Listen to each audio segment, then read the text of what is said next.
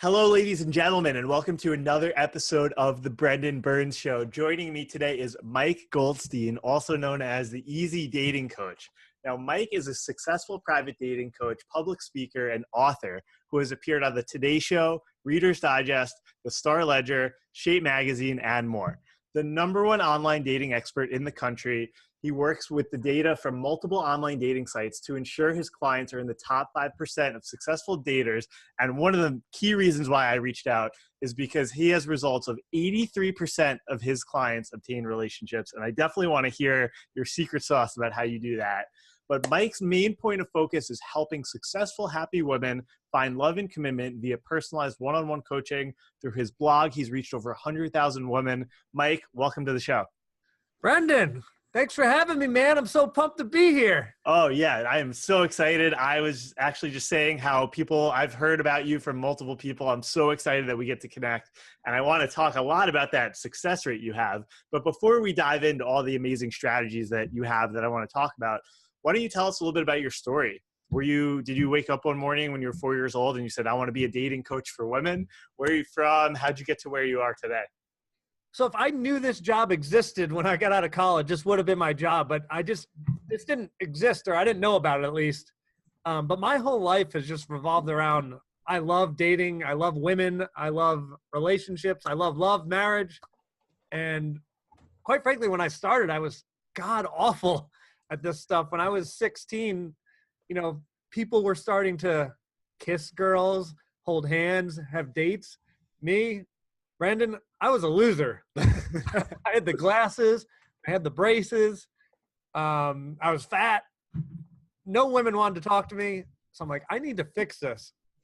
So then I started learning how to talk to women, how to just be a better version of myself. And then all of a sudden I got very good at this. Fast forward, I'm in my early 20s. I fall in love. I'm like, I did it. This is the one. I think I'm going to get married. I was so pumped up. And then, of course, she cheats on me with one of my very close friends. Whoa. So then I'm crying my eyes out for 3 months. I'm like, all right, I got to pick myself up. And then I start reading everything under the sun on dating. When that cheating happened, did you try to salvage the relationship, or you're just like, I'm getting the fuck out of here? No, absolutely not. Right when I found out she was cheating, that was it. I actually have never spoken to her again since then. Okay, good for you. So you cut that out, you move on. But now where do you go after this happens? Yeah, so after that, I finally start reading everything on dating, sex, relationships, you name it. I'm like, Brendan, oh my, I know absolutely nothing about women, and I just don't understand them. So I had to take this to the next level, and now I understand women better. I still, could progress, of course. But then I got very good at dating once again. Friends were reaching out to me. I got 7 of them married, and they're like, you should start a company. So I did. I started researching online dating, came up with a methodology, and that's how I was getting people into relationships. And about 5 years ago, that's when I was on the Today Show, and that's when, Match, OkCupid, eHarmony, and others were reaching out to me. They're like, how the heck are you so successful at online dating? Do you mind if we talk to you? And then they started sharing their data with me. So I've been working with them. So now everything I do is backed up by math and science, by millions of data points from those big guys. And we're still getting 83% in relationships, and life is good. That's amazing. I want to hear, I have so many questions for you. And it's really interesting because when you say you're backed up by the numbers and the data, is it the case, I forget, but didn't OkCupid, wasn't it started by people who went to Harvard who were very much focused on the numbers and the data, and they had an early matching system, which they still have? Yeah, and that's why I love OkCupid. They're kind of nerds like me in the sense that they love numbers. They built an algorithm, and they're like, there must be a better way, like Tinder, just swiping and praying. But OkCupid, they tried to put some science behind it, and I have found that usually it's really good. If you go on dates with folks that are 90% or higher on OkCupid, there's a good chance you're going to have a good conversation. So that's kind of like a threshold for OkCupid, or in general, you look for 90% or higher? I mean, ideal world, we're looking for like 93, 94% and higher, especially in major cities. Okay. But yeah, I would come down maybe even low as 85. But really, I love the 90% threshold if we're going to use OkCupid.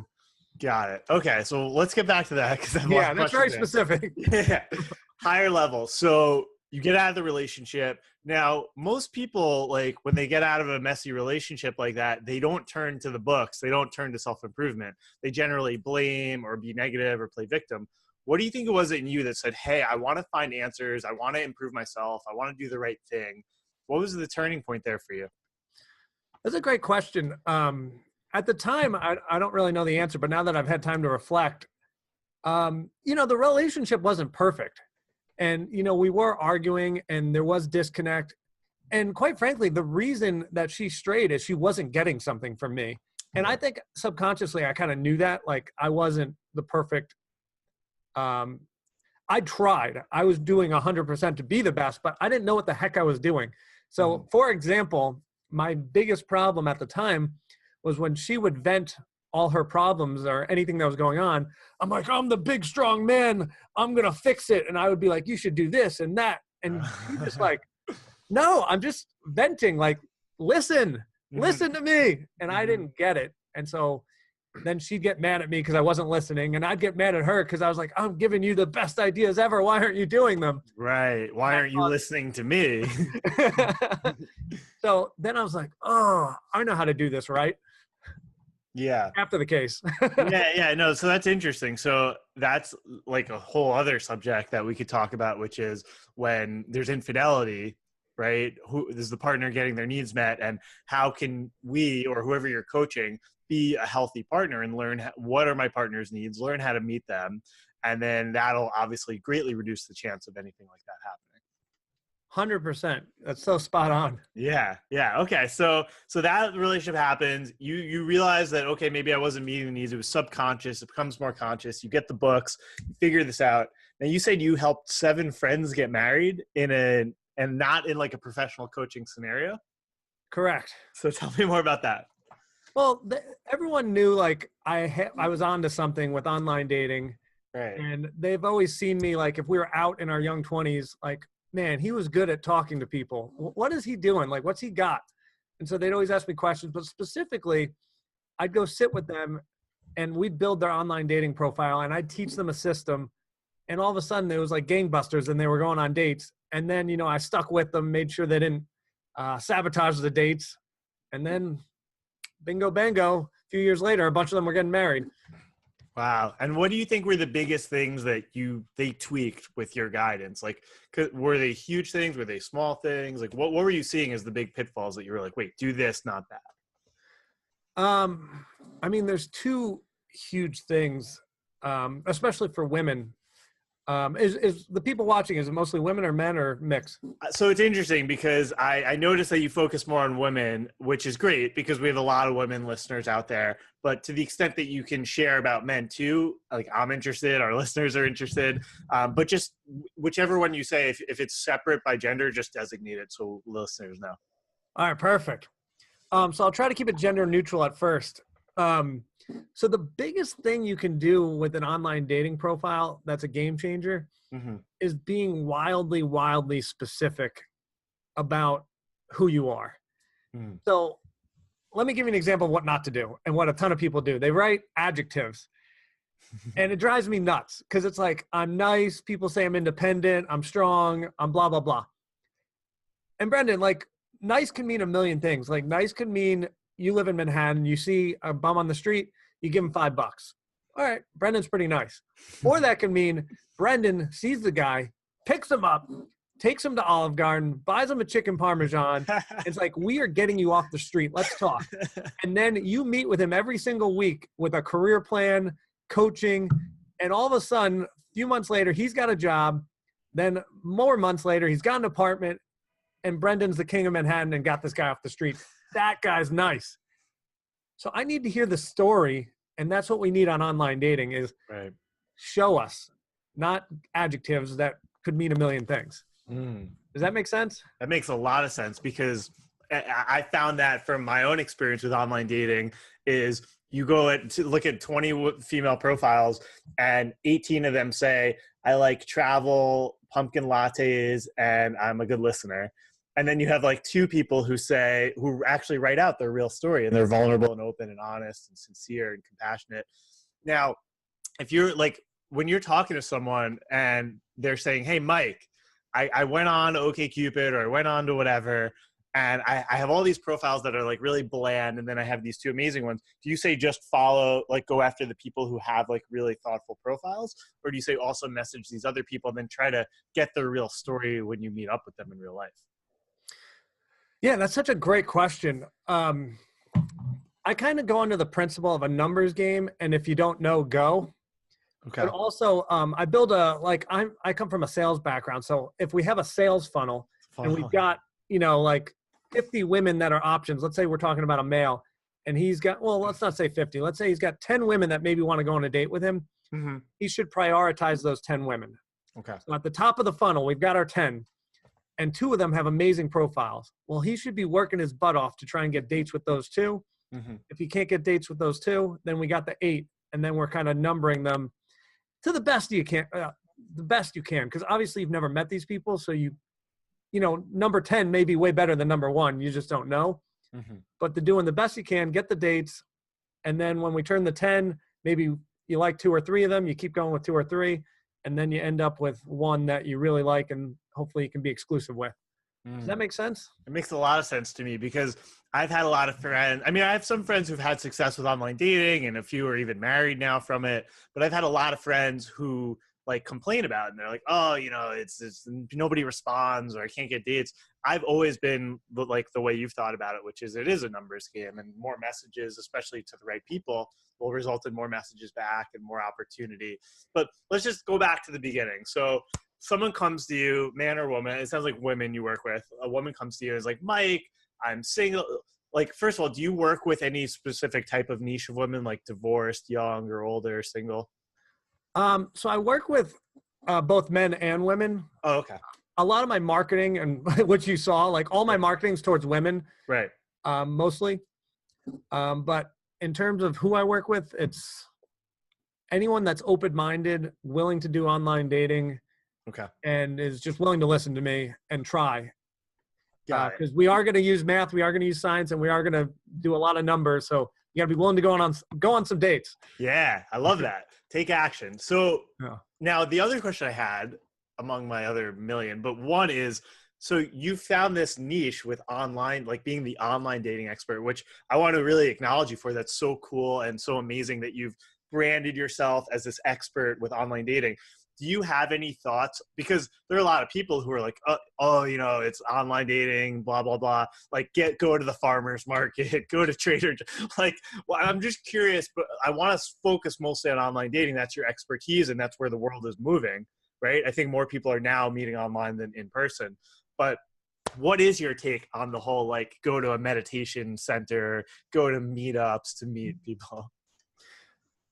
Listen, so I'm not just an online dating expert. I also help with people meeting in person. Yeah. But like, I get it. Online dating can be so wildly frustrating, especially if you don't know what you're doing. Mm-hmm. And quite frankly, like 95% of profiles are not well written. And so it's tough. And literally 95% of the people that come to me, they're like, I don't like online dating. And I'm like, I get it. And I've done it for years too. And there's a lot of frustration. When I first started, I hated it. I'm like, I'm messaging all these women and I'm not getting any dates. I'm not that terrible looking, but no one wants to go on a date with me. So that led to months and months of research and figuring out why the heck I can't get a date. So bottom line is, once women try with me, then we get 83% of them into relationships. So you got to change your method, because right now, over 1 out of 3 people that are newly getting married, they met online. Yeah. So that means 1 out of your 3 friends that are getting married, they met online. So it freaking works. It's the biggest segment right now. Mm-hmm. You just need to tweak your strategy, if that means anything. Got it. Okay. So I totally agree. So this is where the world is moving. This is where people should definitely be. Now, when someone comes to you and says, all right, Mike, I'm all in. I'll do whatever you want. I'll write what I need to write. I'll go on the dates you need me to go. What's like your intake process? Like, do you talk to them? Do you say, fill out this form? Do you say, all right, this is like, I guess it's picking the sites, right? That's probably a first starting point. Yeah, that's such an amazing question. I'm different than a lot of coaches out there. A lot of coaches want to do this group coaching and, like talk in broad terms. This is how you do things and or send you with a video with directions and say, good luck. And quite frankly, a lot of the time people mess it up because we're human. Like, it's kind of hard to follow a video and then implement. Mm-hmm. So I want to get rid of all the chances of error, because all I care about is if someone's paying me money and I said, I'm going to help you get a relationship, well, I need to freaking deliver that.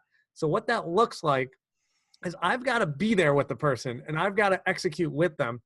So I get on Zoom, which is actually what we're using now. And we can see each other. We can share each other's screen. And we pick let's say we're going to use Match.com. And we sit there and we write everything together. They tell me what the content should be. And then I give them the strategy. Mm-hmm. And it's not like, here's your homework, go do it. It's we're typing. I'm typing for them, mm-hmm. but they're telling me who they are. And then I'm asking a lot of questions to make sure if they say nice, well, tell me about how you're nice. And I really drill them to get that perfect content, to get in that top 2% of profiles that really dominate online dating. So I need to get all my clients in that top tier. Got it. And that makes sense? 100%. I love that. So you're screen sharing, you're making sure that their profile comes out exactly the way they truly are as people, they're specific. Now, how do you pick the sites? You mentioned that you really like OkCupid. You also just mentioned Match.com. How do you pick the sites? Does it depend on the people? And how many different platforms do you recommend a single person be on at once? Sure. Great question. So for probably like 95% of my clients, we're going to use Match.com. Okay. People are serious on there. There's good people. It's affluent. It's got what we're looking for. Mm-hmm. There's a few times, lately I've been working with the over 65 crowd. And in some locations, Our Time has more people than Match. So maybe we'll use Our Time.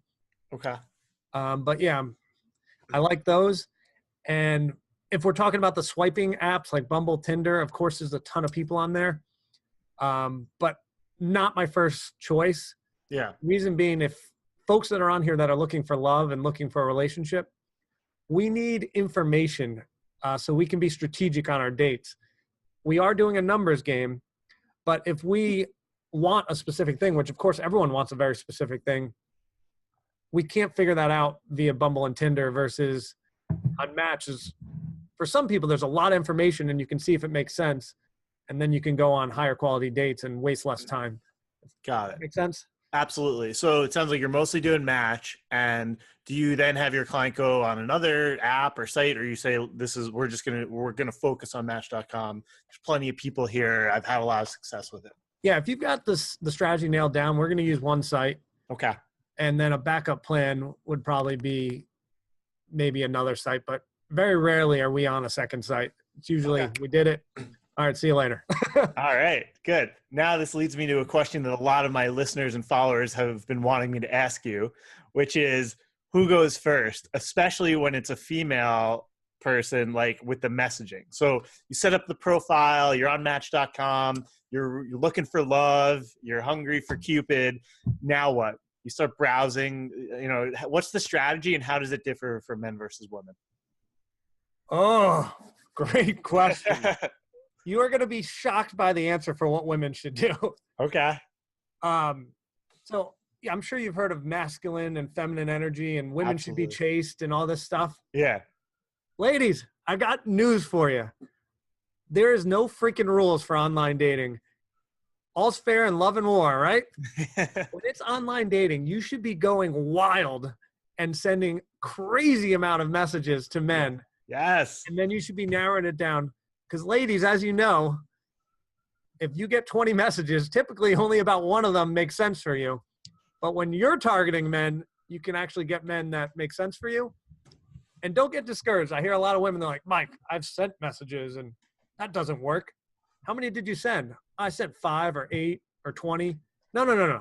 Talking about at least 50 a week. And if that doesn't work, 100. And if that doesn't work, 150, then 200. Talking about some real numbers. Yes. So going after men.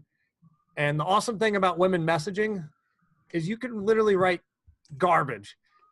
It could just be a copy and paste, like, hi, how are you? Blah, blah, blah. You don't have to go crazy here. Men, you can't do that. You guys got to read the profiles. It's got to make sense. Find someone that actually you're interested in, and then write her a note, and then write a question about something you're actually interested about. Like, I like soccer. You play soccer. Like, what team did you play for? What position? Blah, blah, blah.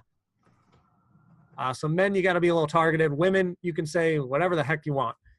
Yes. So women, number one, send messages and send lots of them. If you sit around playing the feminine energy game, you're putting your control into someone else's hands. You're not creating the dates that you desire and deserve. Mm-hmm. But you can just be flirty, short, whatever. Just get the ball rolling, sort of the nudge for the man. And for men, send the same volume of messages. It sounds like take massive action as well, but more thoughtful and targeted.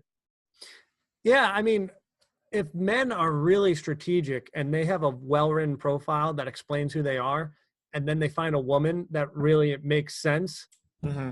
they're going to find that all of a sudden, like, the people that respond are way higher than what they're used to. Yeah. Because women, we find, are very thoughtful. Like, they spend time researching you, and if they legitimately feel like it makes sense, they're probably going to respond. But if they're like, where is this coming from? The guy likes like metal and I like country music, and just it doesn't align.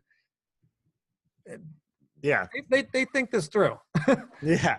You know, it's so funny you say this because I was in a relationship that ended in like September time. And when that happened, I had met her through an app called Hinge. I don't know if you, yeah. And I was like, you know what, Hinge, like, it was a good relationship, but I think I need to do something different this time.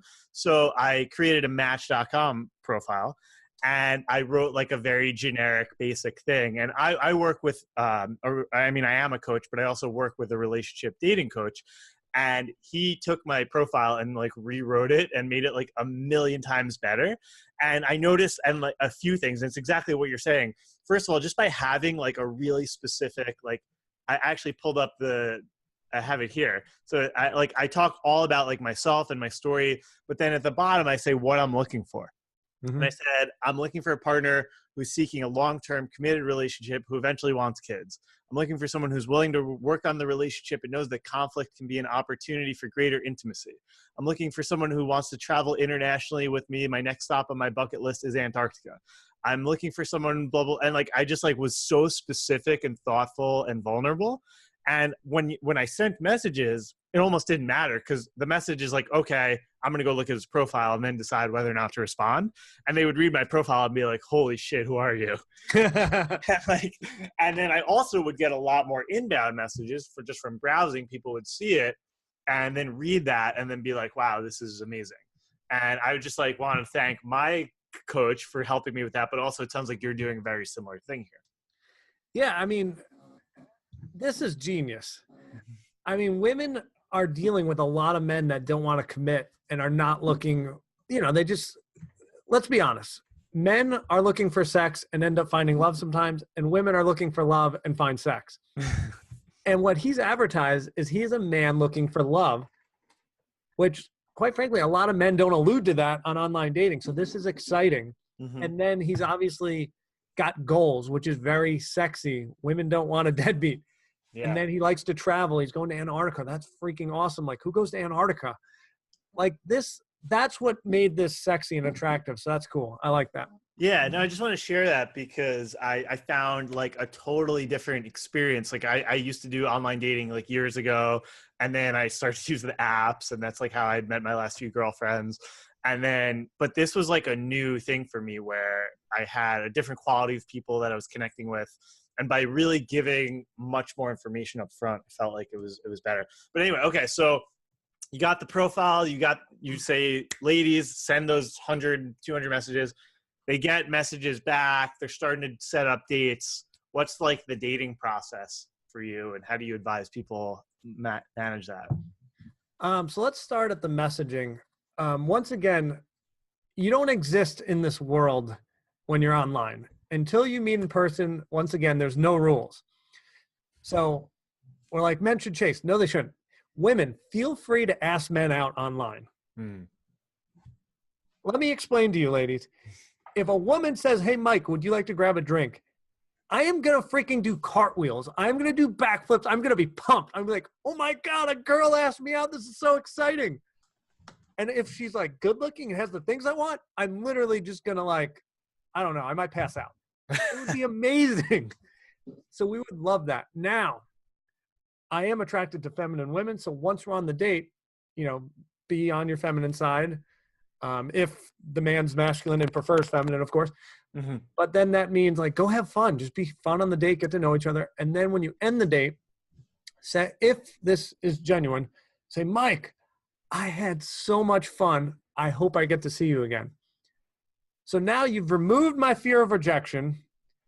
And now if I like you, I'm going to either set up the date immediately, or let's say I didn't, I'm going to text you, I'm going to call you, I'm going to email you. I'm going to find a way to get you on a second date. You, as the lady, do absolutely nothing. Don't text him, don't call him. Now you're letting him chase. And if you text him day 2, day 3, whatever, you're never going to know if this guy's actually into you. The man that's into you is going to reach out to you. So you need to do that for the information. Now, on the flip side, can I talk about what men should do? Yes, absolutely. This is great. All right, men, have a freaking blast on the date. Get to know them. First, don't talk a lot. Yeah. Like, be interested, not interesting. Ask questions. Yes. Yeah. And finally, at the end of the date, if you really like her, say, hey, I like you. I'd like to take you on a second date, and set it up while you're in person. That's the salesman in me. If you want to close, you do it in person. Yeah, put your credit card in before we leave the call. Yeah, like get it done. Be a man. Ask her on the second date. If you don't know your schedule, which some of us don't, that's fine. Tell her, like, I'm going to text or call you, and then freaking deliver. Do what you say you're going to do, and then get it done. Get her on the second date. Got it. Okay.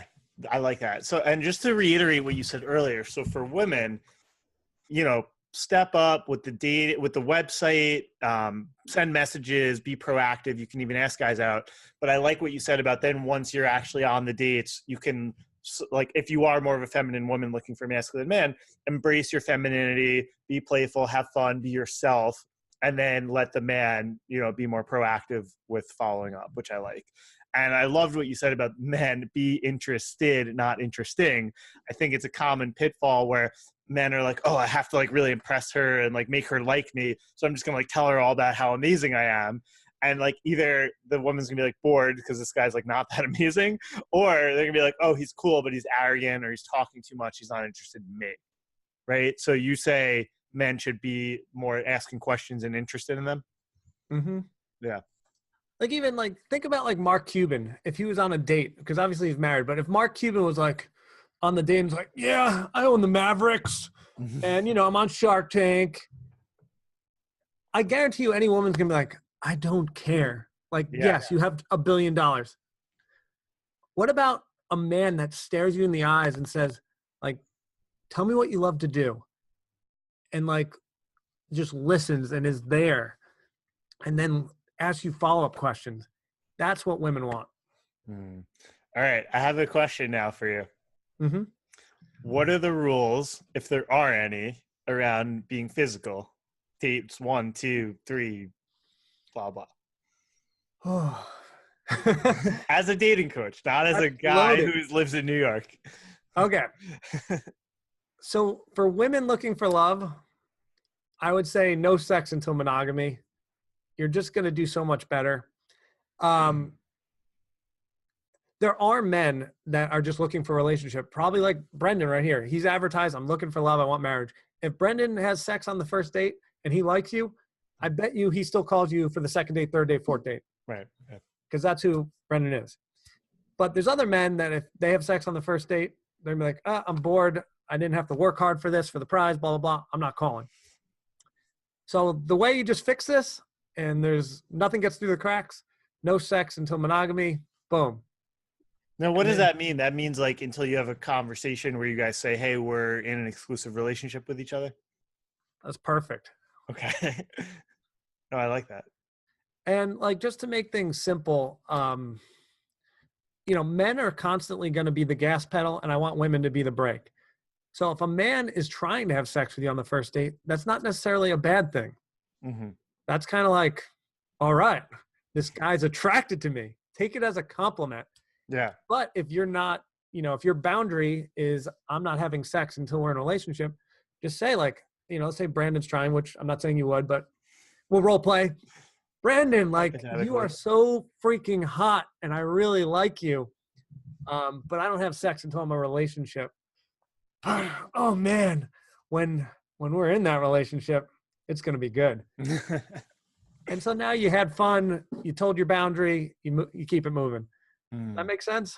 Absolutely. I like that about setting boundaries in general, which kind of leads me to a question around like compatibility boundaries and moving forward. So let's say you have a client comes to you and she says, Mike, you're amazing. You got me like 100 dates. I went on a bunch. I found like a few different people. The one I was most interested in, we've been out like 4 or 5 times now. It's been almost a month. We like each other. We have a lot in common, but I'm starting to notice like some things and I'm definitely unsure about like the future. Like, what do you say to that in terms of like keep dating, see this one through? How bad are these red flags? Like, because there's different points in the funnel, right? There's like getting a date versus like you're starting to date someone. Do you like commit and go forward? Great question. There'd be, of course, a lot of questions on my part to unpack to really help them make a decision. Right.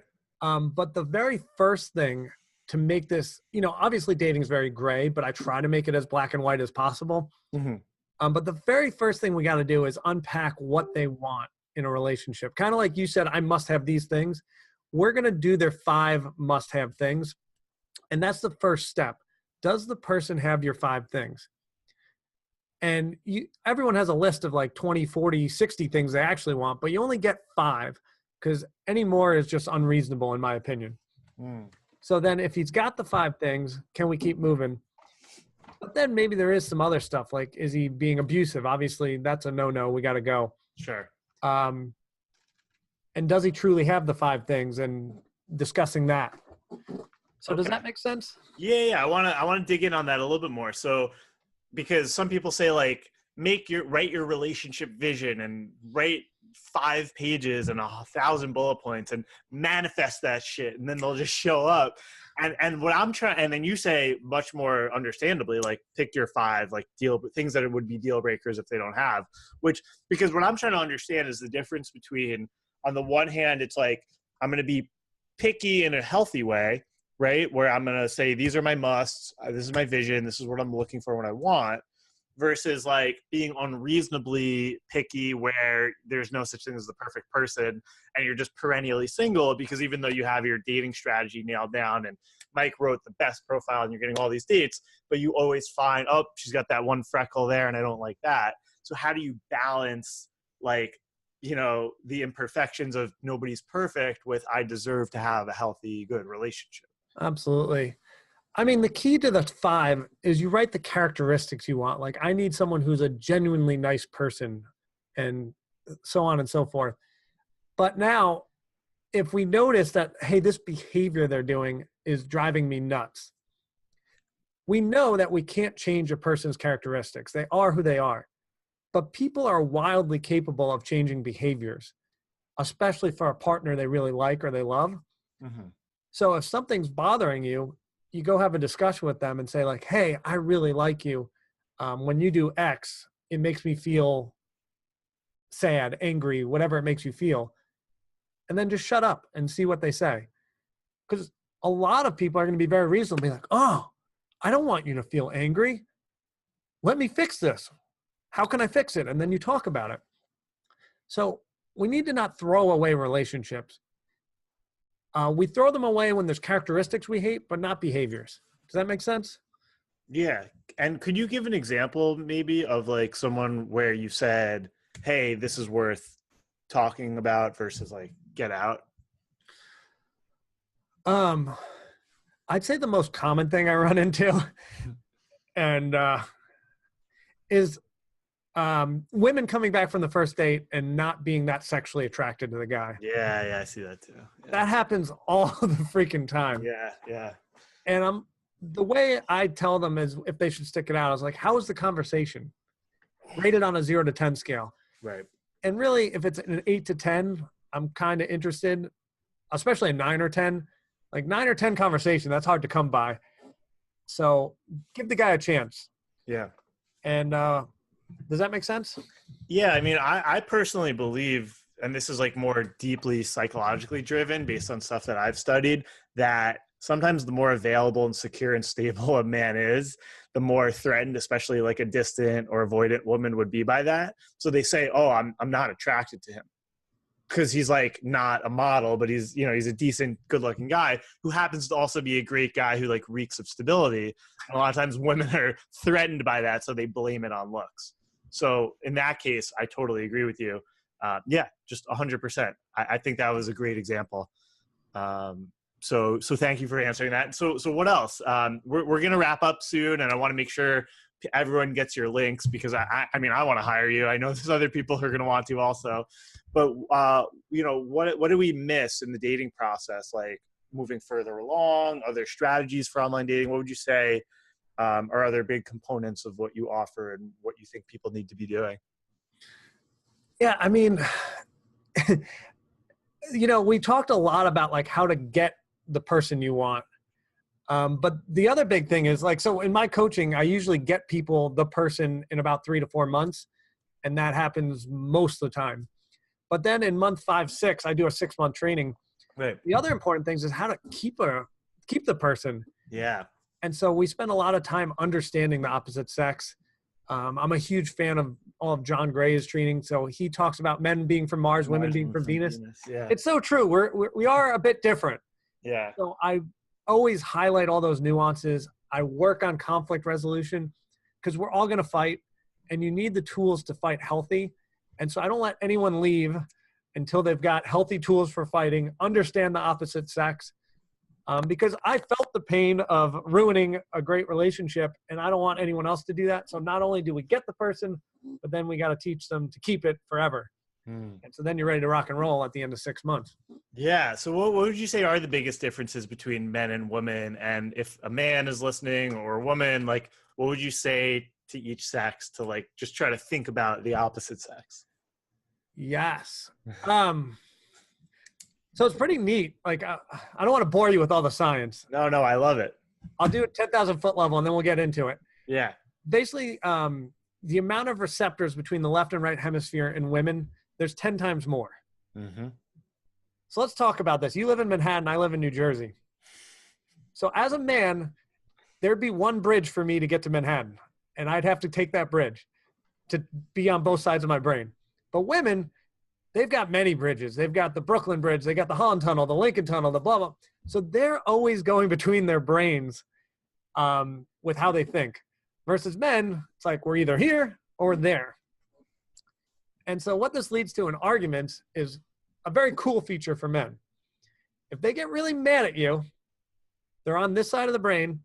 If they go watch TV or go get things done or go play soccer or whatever they do to de-stress, they literally turn off this side of the brain, hop on this side, and now when they're done playing soccer, they come back and they're like, I feel refreshed. And then they're ready to listen to you and be a good partner and like compromise. So my thing for women is like, go let him go do this so he can get refreshed. But women cannot do this. So you can't be like, go watch TV, go do your thing. They are constantly on, they're constantly thinking. So they're geniuses and this is brilliant, but it kind of sucks because they can't turn it off.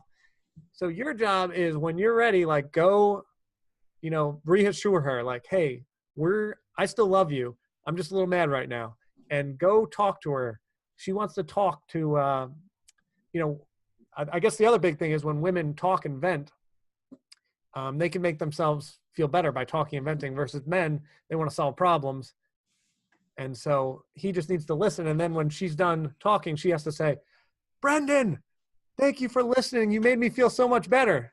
And then it's like, Brendan goes, I solved the problem. I did it. And all I had to do was listen. That was easy.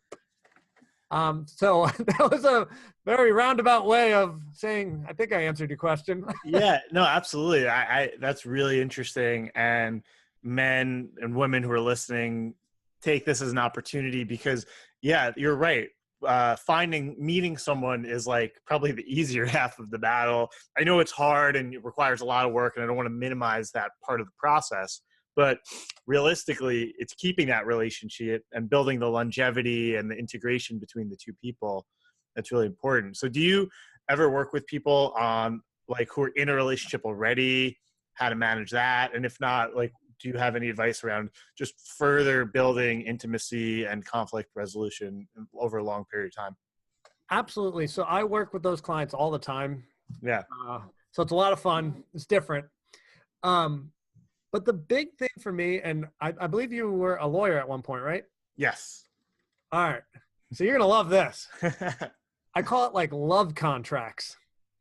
And what you got to do is write your contract, whether it's, actually physically written, ideally, yes, but come up with your contract for when things go sour. What is our freaking game plan?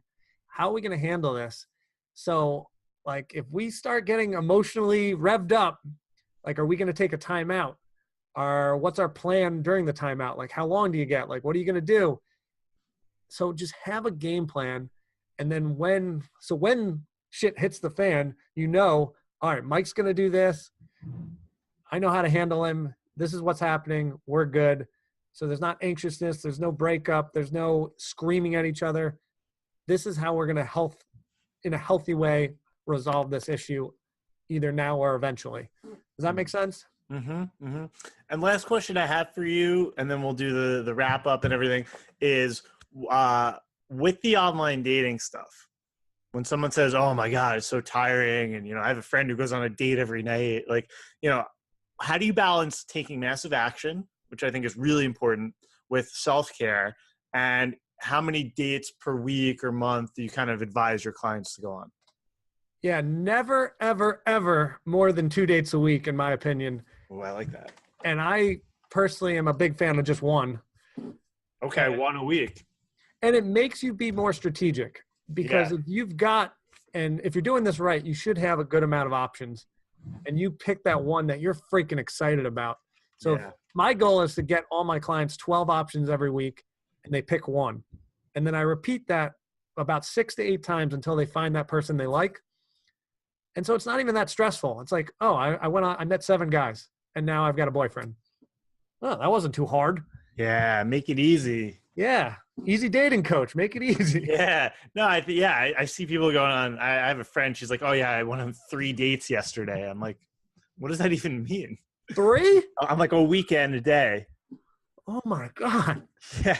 How do you even remember anything? As you say, yeah, I like that, and this is coming from the guy with the 83% success rate of clients he works with, getting them into relationships 1 to 2 a week of the best people. Put your eggs in the better baskets.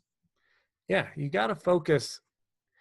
I think the people that go on 3 dates, they do no pre-screening. They just get there and they're almost like thinking about their next one or how can I get out of here? Like, be in the moment, be there, and really get to know someone and pick strategically on someone that you're excited about. Like, especially for women, you got to do your makeup, your hair, and get ready.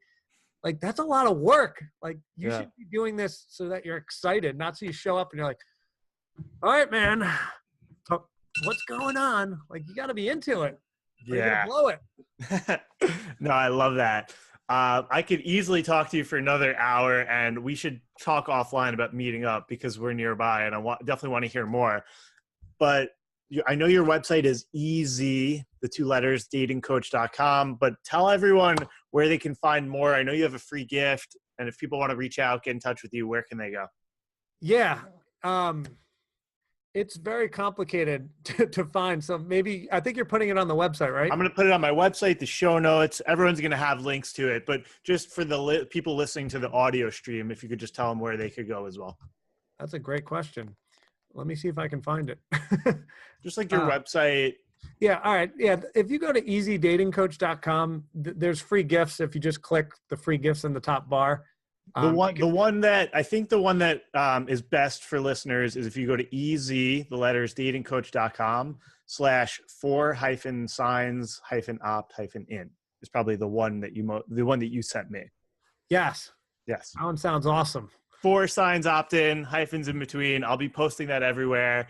Instagram, website, anything else that you want to share? Yeah, if you want to watch more videos, I have a pretty prevalent YouTube channel that's Easy Dating Coach again. And it's confusing. Instead of easy, it's E and the letter Z. Sorry about that, guys. I don't know what I was thinking, but I'm stuck with it now. No, I love it. I'm pulling it up right here. Wow, this is a legit YouTube thing. 4 signs he's fallen in love with you, how men fall in love, 7 biggest turn-ons for guys, how to get a man to chase you. I'm going to be watching some of this later. I'll share the links. Mike, thanks so much for coming on the show. If you had to give people all the single people out there, one piece of advice, they're looking for love, what should they do? Great question. First thing is get yourself ready to rock and roll so you are the package. And most of you are probably already there because you've been doing it for 20, 30, 40, 50, 60 years. So you've been focused on you and getting it happening. Next, just freaking rock it. Like, say, I am falling in love this year in 2019. Don't give up and just message. Like, just put out big numbers out there. And you won't even realize when someone doesn't respond because you have so many things in the pipeline. You'll never get discouraged. You'll just be like, there's so many great things. And then go on high quality dates that you're excited about. If you know before the date that you're positive, you're like, I'm not so excited, don't even bother. If you're not sure, fine, that's fair. But go on high quality dates, message a ton of people, and don't give up. I love that.